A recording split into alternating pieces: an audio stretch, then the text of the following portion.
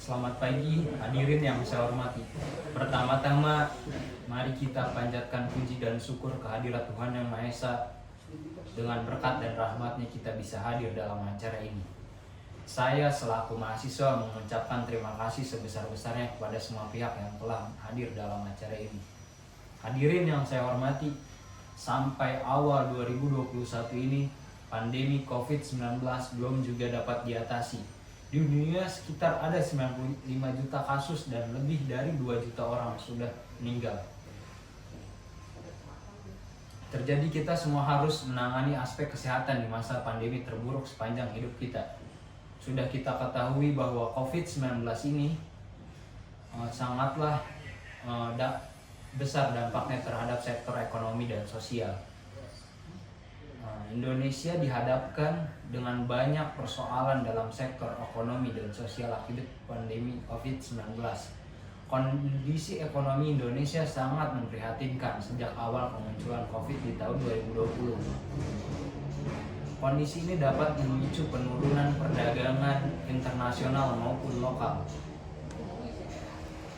Di Indonesia sendiri, berbagai sektor harus terkendala dalam proses produksi, seperti pabrik-pabrik yang harus menghentikan produksinya karena tidak memungkinkan kondisi dan membuat kebijakan mengurangi karyawan dan juga mengistirahatkan beberapa karyawan. Perusahaan-perusahaan tersebut melakukan hal tersebut karena untuk meminimalisir kerugian. Berdasarkan Kementerian Ketenagakerjaan, pada tahun 2020 bulan Agustus sudah tercatat 9,7 juta penduduk Indonesia yang terkena PHK dan diistirahatkan akibat dari pandemi ini. Di sisi lain, dampak pandemi ini juga terasa bagi para usaha-usaha kecil hingga menengah.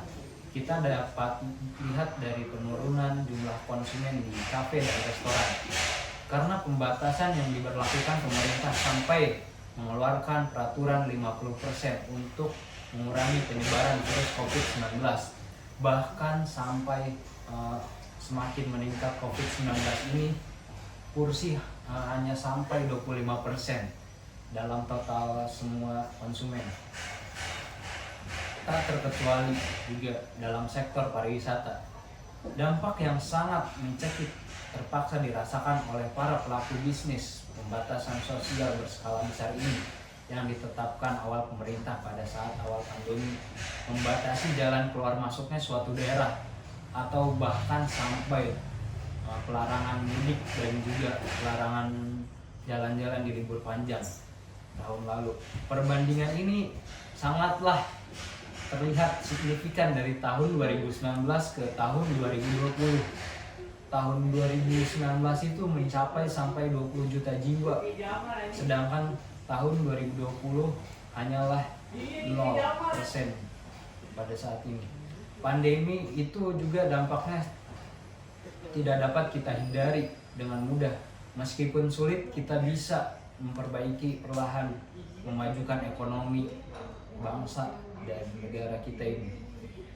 Di antaranya kita perlu mengatur pengeluaran dan kebutuhan dengan bijak, karena tentunya pemasukan kita juga belum stabil dengan sepenuhnya. Selain itu, sebagai pemuda milenial bangsa, perlu mengendalikan kreativitas untuk bekerja sama membangun perekonomian yang tengah jatuh di kala pandemi ini. Di antaranya memaksimalkan bantuan dana UMKM pemerintah, memulai usaha kecil sampai bisnis online yang bisa kita manfaatkan. Kita perlu bekerja sama dan bangkit untuk menangani ekonomi COVID di kala pandemi ini. Hadirin yang saya hormati, demikianlah pidato singkat yang saya bisa sampaikan. Mudah-mudahan apa yang saya sampaikan ini bisa bermanfaat dan diambil sisi positifnya. Saya ucapkan terima kasih atas perhatiannya.